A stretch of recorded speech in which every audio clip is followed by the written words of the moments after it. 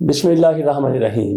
عمران خان کی بنی گالہ منتقلی کے حوالے سے آج نہیں پہلے بھی خبریں آتی رہی ہیں۔ ایک موقع پر تو یہ بھی کہا گیا تھا کہ عمران خان کو خیبر پختونخوا میں منتقل کر دیا جائے۔ وہاں علی امین گنڈا پور وزیر اعلیٰ تھے، وہاں پہ یہ وزیر اعلیٰ ہاؤس میں رہیں، وہ صرف خبریں برائے خبریں ہی تھی۔ بنی گالہ میں عمران خان کی منتقلی کے حوالے سے بھی اسی طرح سے خبریں آتی رہیں۔ ایک مرتبہ تو یہ بھی ہوا کہ عمران خان کی اہلیہ بشرا بی بی کو بنی گالہ منتقل کر دیا گیا تھا۔ اس کے بعد جیسے ہی خبر آتی تھی کہ عمران خان کو بھی بنی گالہ منتقل کیا جا رہا ہے، تو ایک امکان نظر آتا تھا کہ جس طرح سے ان کی اہلیہ کو وہاں منتقل کیا گیا، عمران خان کو بھی شاید منتقل کر دیا جائے۔ لیکن ان کی اہلیہ کی طرف سے درخواست دے دی گئی کہ میں بنی گالہ میں نہیں رہنا چاہتی، مجھے اڈیالہ جیل ہی منتقل کر دیا جائے، اور پھر ان کو اڈیالہ جیل منتقل کر دیا گیا۔ آج طارق فضل چودھری صاحب کی طرف سے کہا گیا ہے کہ عمران خان لکھ کر اگر درخواست دیں کہ ان کو بنی گالہ منتقل کیا جائے تو ان کو منتقل کر دیا جائے گا۔ یہ طارق فضل چودھری صاحب کون ہیں؟ یہ وفاقی وزیر ہیں، اور کس طرح سے جیتے؟ کسی کا تو فارم 47 کچا ہوگا، ان کا پکا لوہا توڑ قسم کا فارم 47 ہے۔ یہ میاں محمد نواز شریف صاحب کی طرح اور خواجہ محمد آصف کی طرح پکے ہار گئے تھے، لیکن فارم 47 ان کے کام آیا اور ان کو پھر وزیر بھی بنا دیا گیا۔ ان کی طرف سے کہا گیا ٹی وی پروگرام میں کہ عمران خان اگر لکھ کے دے دیں کہ مجھے بنی گالہ منتقل کیا جائے تو ان کو بنی گالہ شفٹ کر دیا جائے گا۔ طارق فضل چودھری صاحب کی طرف سے بہت بڑی پیشکش کی گئی ہے۔ اول تو عمران خان یہ پیشکش قبول نہیں کریں گے، دوسرا طارق فضل چودھری صاحب کی کیا حیثیت ہے کہ انہوں نے جو کچھ کہہ دیا وہ مان بھی لیا جائے گا۔ عمران خان اول تو ایسی درخواست دیں گے نہیں، اگر دیتے بھی ہے تو طارق فضل چودھری صاحب کو کس نے پوچھنا اور کس نے اس پر عمل کروانا ہے۔ بہرحال طارق فضل چودھری صاحب کو یہ پتا ہے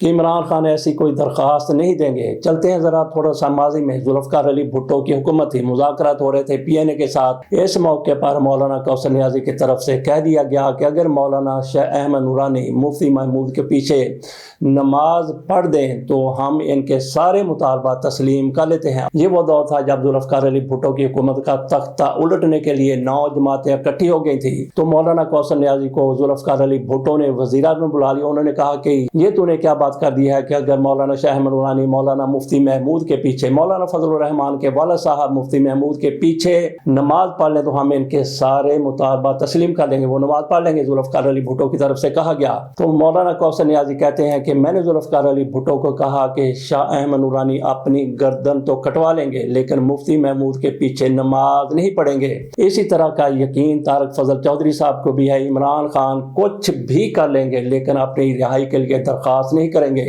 تو عمران خان کی طرف سے کوئی امکان نہیں ہے۔ پہلے بھی عمران خان کو کئی پیشکشیں کی گئی ہیں لیکن انہوں نے کسی ایک کو بھی قبول نہیں کیا۔ اس طرح سے عمران خان کا کوئی امکان نہیں ہے بنی گالہ جانے کا۔ سر دست تو یہی نظر آتا ہے۔ باقی عمران خان پر ایک اور پابندی عائد کر دی گئی ہے، یہ عمران خان کی زبان بندی کی گئی ہے۔ عمران خان اور دیگر قیدیوں کو یہ حق دیا گیا تھا، عدالت کی طرف سے حق دیا گیا تھا کہ وہ گفتگو کر سکتے ہیں، سیاسی گفتگو کر سکتے ہیں، اور یہ فیصلہ سنایا گیا تھا۔ اسحاق اعجاز صاحب کی طرف سے اسلام آباد ہائی کورٹ کے جج ہیں، پھر 3 رکنی کل بینچ بیٹھتا ہے، اس کی طرف سے 2 بڑے فیصلے دیے گئے۔ ایک یہ بھی فیصلہ دے دیا گیا کہ ان کا وہ فیصلہ کالعدم قرار دیتے ہیں، جو بھی جیل میں قیدی ہے وہ سیاسی گفتگو نہیں کر سکتا۔ سب سے پہلے یہ فیصلہ عمران خان پر ہی لاگو ہوتا ہوا نظر آ رہا ہے۔ آج کے بعد عمران خان کے ساتھ جو بھی ملاقات کرنے جائے گا وہ وہاں پہ سیاسی گفتگو عمران خان صاحب اس کے ساتھ نہیں کریں گے۔ اگر وہ سیاسی گفتگو کرتے ہیں تو پھر حکومت یہ کر سکتی ہے کہ باہر آ کے جس طرح سے پریس کانفرنس ہوتی ہے، جس طرح سے میڈیا کے ساتھ گفتگو ہوتی ہے،